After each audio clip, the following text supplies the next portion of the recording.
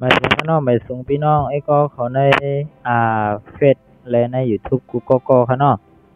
แล้วก็ในออนนั่งสุดยันเงินตรงเขาจะอันเป็นผู้ที่ตามเขากูก็กูวันยังกูก็ข้างนอกตอนตาในวันมื้อในได้ก็เตมาเอามาเห็นเด็กไทยอันเป็นตัวเล็กไทยวหาระในข้างนอกวหาระไทยเป็นความไทยก็เขาเรียกว่าเรียนคำศัพท์ภาษาไทยในข้างนอกเรียนนี่ก็เป็นเฮียนคำศัพท์นี่ก็เป็นเหมือนจังวหาระเป็นตัวเล็กความจังนั้นเนาะภาษาไทยนี่ก็เป็นภาษาไทยจังนั้นนะเอาค่ะสังว่าพี่น้อยก็ขออยู่ในอันเป็น Facebook แห่ด้วยนี่ก็ซอยอันเป็นติดตามนั่นก็ follow เป็นเพจเขาอันเป็นซอมหึงเพจกันในของข้างนอกตอนดาเดียมไล่ลุดวิดีโอต่างหูออกมาความไทยลองเมืองไทยลองต่างหูต่างหันเจ้าไหน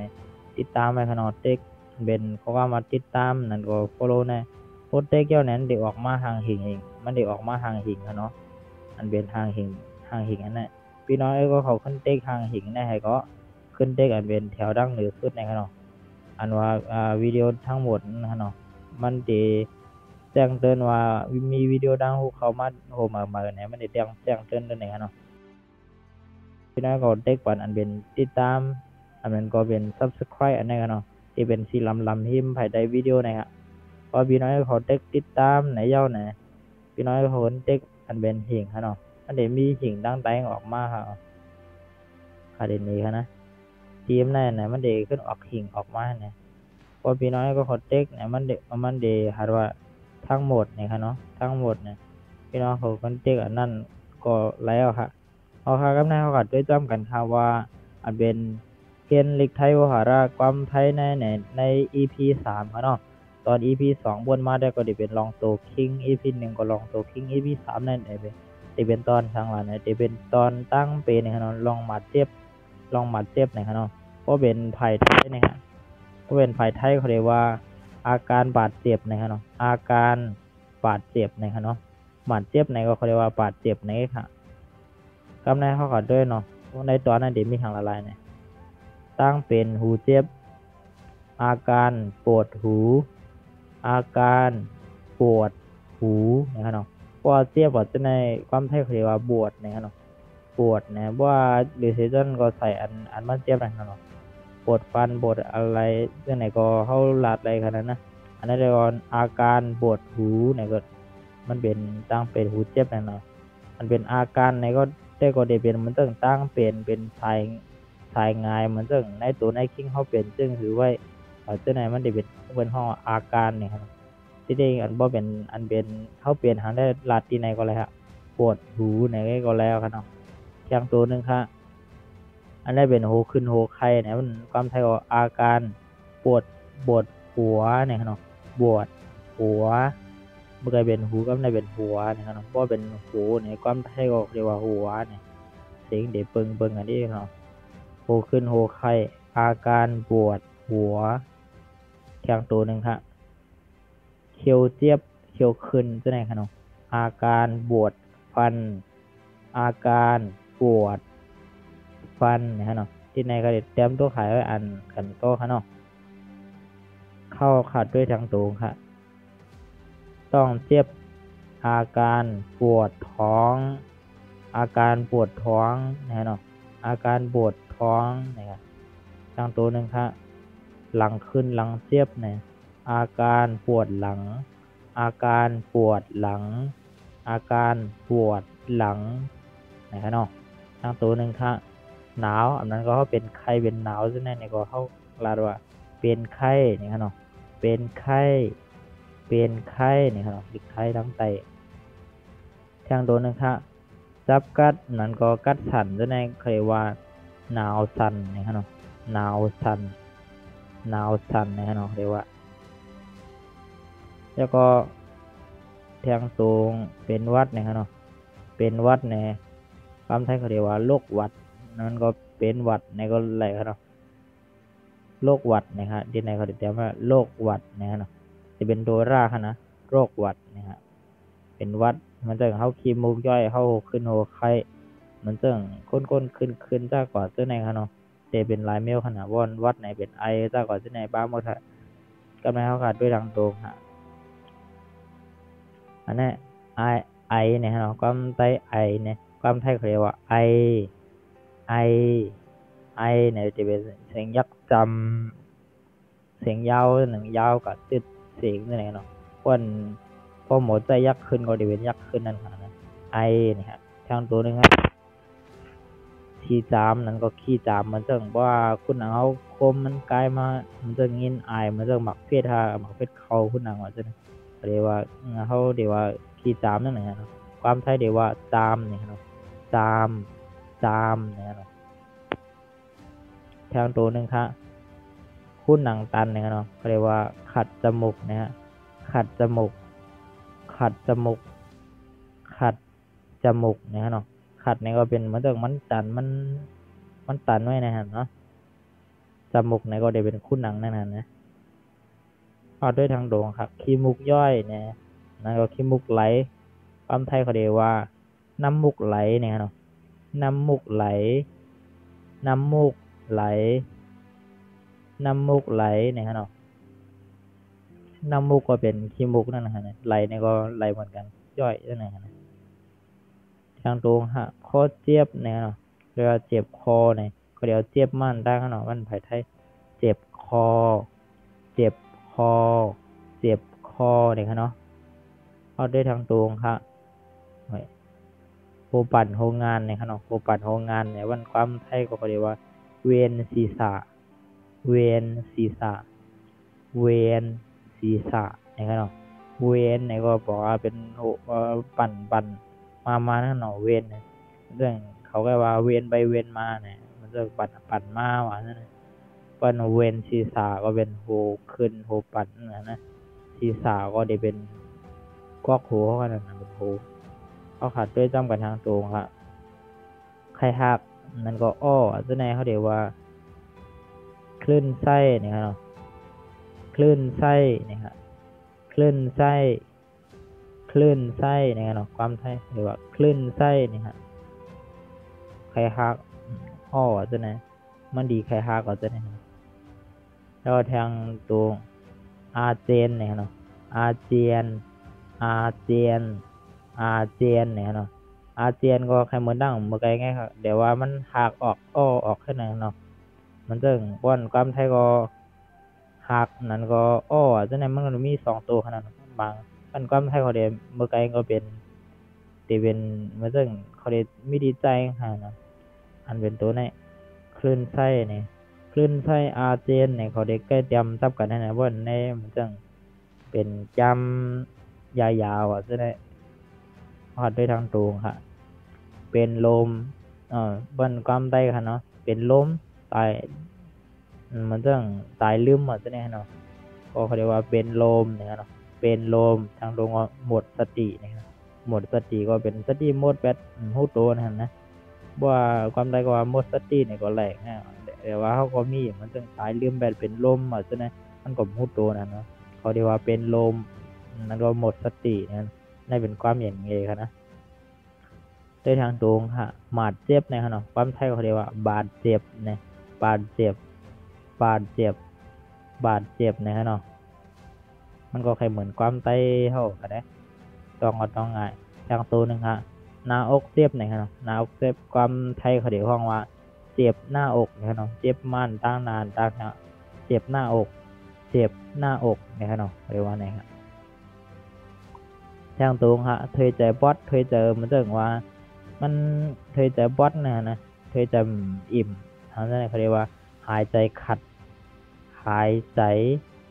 ไม่ใช่กันนะหายใจนำแต่หายใจขัดเนี่ยเนาะไม่ได้เป็นยักษ์จำเสียงยาวเนี่ยหายใจขัดเนี่ยเนาะความไทยเขาเรียกว่าไหนครับคำในเขาหัดด้วยทางตรงค่ะขี้เนี่ยฮะเนาะขี้มันจังเขากินเขาย่อให้ก็มันใกล้เปลี่ยนนะเนี่ยใกล้เปลี่ยนนั่นน่ะขี้สั่นกันนะความไทยเขาเรียกว่าสะอึดเนี่ยเนาะ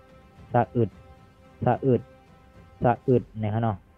ทางตัวนึงค่ะไหลหมัดเจ็บเนี่ยเนาะมันจังหมัดเจ็บมันก็แค่เหมือนนะฮะได้ไหลหมัดเจ็บเนี่ยความไทยก็เรียกว่าใต้รับบาดเจ็บเนี่ยเนาะใต้รับบาดเจ็บ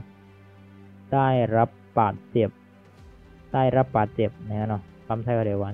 มันซึ่งเขาตึงยาอย่างซะแน่ก็มันเจ็บเอาเลยมาเจ็บซะนั่นเดี๋ยวได้รับบาดเจ็บนะฮะเนาะทางตัวข้างห้อยเจ็บนั่นก็ห้อยจำนะฮะเนาะห้อยเจ็บห้อยจำซะนั่นฮะนะเรียกว่ารอยฟกช้ำนะฮะเนาะรอยฟกช้ำนะฮะเนาะรอยฟกช้ำรอยฟกช้ำนะฮะเนาะเรียกว่าเนี่ยห้อยเจ็บห้อยจำเหมือนจะเนี่ยอันนั้นจะเป็นตัวฝ้านะรอยฟกช้ำนะครับจะเป็นตัวฝ้าอะไรนะ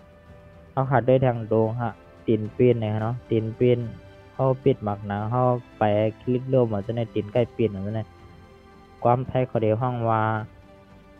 ข้อเท้าเคล็ดเนี่ยเนาะข้อเท้าเคล็ดข้อเท้าเคล็ดเนี่ยเนาะข้อเท้าเนี่ยเขาเดียเป็นตีนเขาเป็นคอตีนเขานั่นค่ะนะข้อเท้าเคล็ดเนี่ยเขาเรียกว่าเนี่ยตีนปีนเนี่ยเนาะข้อเท้าเคล็ดนะครับข้อเท้าผมเคล็ดครับวันนี้ผมขอหยุดผมไม่ค่อยสบายว่าจะไหนเขาลาจะไหนอะไรค่ะนะเขาขาดด้วยทางตัวหนึ่งค่ะอันนี้ไก่นั่นก็ไก่นะฮะน้องนั่นก็ผมตีนเขาไก่ตีนเขาโปมว่าจะไหนก็ไม่ใช่เรียกว่าโปมนะฮะน้องโปมโปมโปมนะฮะน้องเขาขาดด้วยทางตรงค่ะดูขึ้นนั้นก็บอกเกี่ยวนะฮะเนาะใกล้เป็นต้อมตีนต้อมมือกำลังได้เป็นต้อมหมักกาวตีนเขาอาจจะในมันใครเจ็บแห้งแกนมาอาจจะในบอกเกี่ยวมันก็ดูขึ้นอาจจะในบนใกล้ว่าเป็นความไทยก็เรียกว่าเป็นตะคิวนะฮะเนาะเป็นตะคิวเป็นตะคิวนะฮะเนาะเป็นตะคิวเนี่ยเป็นตัวค่าแห่ตัวร้ายเนี่ยซ่อนกันความไทยเป็นตะคิวเนี่ยฮะคิวเนี่ยเนาะเอาหาหอดด้วยทางตรงค่ะอันนั้นเป็นฮุดมันก็ดินเทียบนะครับจะเป็นฮู้เป็นดินเขามันเหมือนสั่งเป็นเทียบยกก็ออกตุ่มนั่นนะยกมันเหมือนสั่งฮุดนะครับจะเป็นฮู้ลงเขาก็จะได้แล้วก็พวกยาเหมือนตึกเป็นก้อนจะเป็นตุ่มบางแก่นๆนั่นนะเป็นเหมือนสั่งฮุดไงนะความไทยเขาเรียกว่าตาปลาเนี่ยครับแต่ก็พี่น้อยก็เอาโปรแกรมมาได้ให้กูเกิดไทยแค่พังปัญหาก็กัดถามด้วยในกูเกิดนั้นเดี๋ยวออกแค่พังมาครับตาปลาตาปลาเนี่ยครับความไทยก็เรียกว่าตาปลาเนี่ยครับเข้าขัดด้วยทางตรงครับเป็นหมักแรงนะครับเป็นหมักแรงในความไทยก็เรียกว่าผื่นคันเนี่ยครับผื่นคันผื่นคันนะครับน่าจะเป็นตัวผ้ายุโยมซึ่งเป็นผ้าอันมันเสียงมันอะไรครับผ้ายุโยผื่นคันผื่นคันนะครับผื่นคันผื่นคันนะครับเป็นหวักแรงอ้อนด้วยทางตรงค่ะเป็นเนื้องอกนะครับเนื้องอกเนี่ยความไทยก็เรียกว่าเนื้องอกนะครับเนื้องอกเนื้องอกเนี่ยเนื้องอกเนี่ยมันเดี๋ยวมีหลายไม่วันตั้งเป็นตัวไหนมันเดี๋ยวออกหลายตีกันเนาะเนื้องอกเนี่ยมันจะเดือมันงอกก่อนตัวไหนกันเนาะความไทยก็เดี๋ยววันเนื้องอกนี่เองก็เลยเอาขาดด้วยทางตรงจำกันฮะแมงจีแมงคบเนี่ยความไทยขอเดี๋ยวว่าแมลงกัดต่อยนี่ฮะแมลงกัดแมลงต่อยนี่ก็อะไรครับกัดเนี่ยเป็นคบมันต้องต่อยเนี่ยก็เดี๋ยวเป็นมันต้องต่อยเป็นซีอ่ะเรื่องนี้นะน่าจะเป็นตัวไม้ตัวล่าเนี่ยมันซ่อนกันแต่ว่าแมลงเนี่ยเนาะแมลงกัดต่อยเนี่ยแมลงกัดต่อยเนี่ยฮะเดี๋ยวว่าไหนครับเนาะแมงจีแมงคบเนี่ยซับเซอร์แมงเนี่ยมันจะเป็นไวรัสเป็นตั้งเป็นมันจะโควิดว่าจะในก่อนซับเซอร์แมงว่าจะในความไทยเรียกว่าติดการติดเชื้อเนี่ยเนาะการติดเชื้อเนี่ยเชื้อโรคเนี่ยคนก็เรียกว่าเจอแมงเชื้อโรคโควิด-19เนี่ยจะในการติดเชื้อโรคการติดเชื้อเนี่ยก็มันเรื่องการซับเซอร์แมงเท่านั้นนะซับเซอร์แมงเนี่ยลองซับเซอร์แมงทอดได้ทางตรงฮะเผาอันก็ไหม้เนี่ยคำไทยเขาเรียกว่าเผาไหม้เนี่ยเนาะเผาไหม้เผาไหม้เนี่ยเนาะ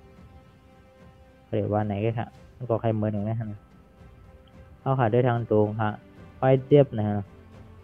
บาดแผลบาดแผลบาดแผลเนี่ยเนาะบาดแผลเนี่ยเป็นห้อยเจ็บ อันเขาตึกไหลยามันซึ่งยาเม็ดหมาดว่าซะแน่นเอาขาด้วยทางอันละตุ่มโอมหนองมันซึ่งเขามันซึ่งไผไหม้เขาหันจังได๋มันขึ้นเป็นตุ่มขึ้นโอมหนองจังได๋หั่นนะคนไทยเขาได้ฮ้องว่าแผลผุพองแผลผุพองเนี่ยครับเนาะแผลผุพองแผลผุพองเนี่ยครับเนาะแผลผุพองเนี่ยเนาะแผลผุพองเนี่ยเด้อว่าแผลผุพองเนี่ยเนาะเอาขาได้ทางโดงค่ะไฟเจ็บแฮงเนี่ยมันเรื่องเจ็บเฮาขึ้นแฮงขึ้นมันต้องออกเกล็ดออกของมันแน่เขาเรียกว่าสะเก็ดแผลเนี่ยครับเนาะสะเก็ดแผลสะเก็ดแผลเนี่ยครับเก็ดอันเป็นเจ็บเฮามันแฮงเจ็บไฟเจ็บแฮงจังได๋นะเรียกว่าสะเก็ดแผลเนี่ยครับเนาะอันนั้นเป็นตายผักในความไทยเขาเรียกว่าอัมพาตเนี่ยครับเนาะอัมพาตอัมพาตอัมพาตเนี่ยครับเนาะเอาขาด้วยทางตรงฮะลูบหักเนี่ยเนาะลูบหักเนี่ยหักในก็อะไรเขาเนาะลูบหักเนี่ยบางทีก็เรียกว่านะมันความไทยก็เป็นกระตุกหักเนี่ยเนาะกระตุกหักกระตุกหักเนี่ยเนาะกระตุกเนี่ยก็เป็นลูบนะกระตุกหมากระตุกแมวทั้งนั้นเนี่ยเรียกว่าลูบเนี่ยเนาะกระตุกหักเนี่ยก็เป็นลูบหักเนี่ยนะเอาด้วยทางตรงฮะขี้มุกแตกเลือดเนี่ยเนาะขี้มุกแตกเลือดเนี่ยความไทยก็เรียกว่าเลือดกำเดาไหลเนี่ยเนาะเลือดกำเดาไหลเนี่ยฮะเลือดกำเดาไหลเลือดกำเดาไหลเนี่ยเนาะความไทยก็เรียกว่าเนี่ยครับเอาคัดด้วยทางตรงฮะ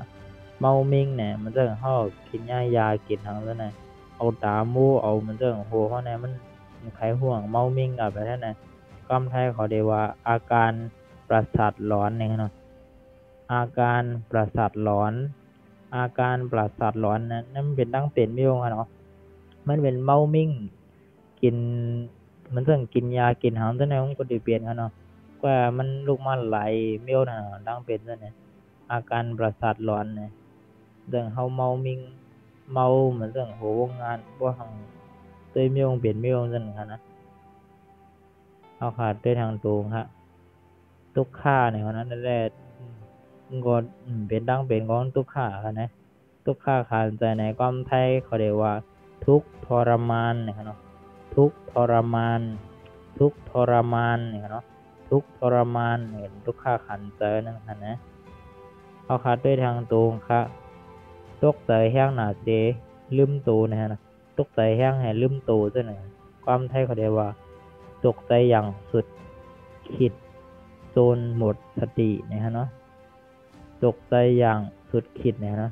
มันจะเขาตกใจแห้งอะไรนะจนหมดสตินะก็ตายลืมตัวกับให้ไหนกันเนาะตกใจอย่างสุดขีดจนหมดสติเนี่ยความไทยเขาเรียกว่าจึงก็แหลกเนาะตกใจแล้วก็หมดสติไปว่าจึงไหนก็แหลกมันก็ว่าจึงไหนก็แหลกเนาะตกใจอย่างสุดขีดแล้วก็หมดสตินั่นก็จนหมดสติเนี่ยในก็อะไรนะก็เป็นแน่นเขาจำไม่ได้แต่ว่าตกใจอย่างสุดขีดจนหมดสติเนี่ยเนาะเรียกว่าไว้ตัวไหนนะ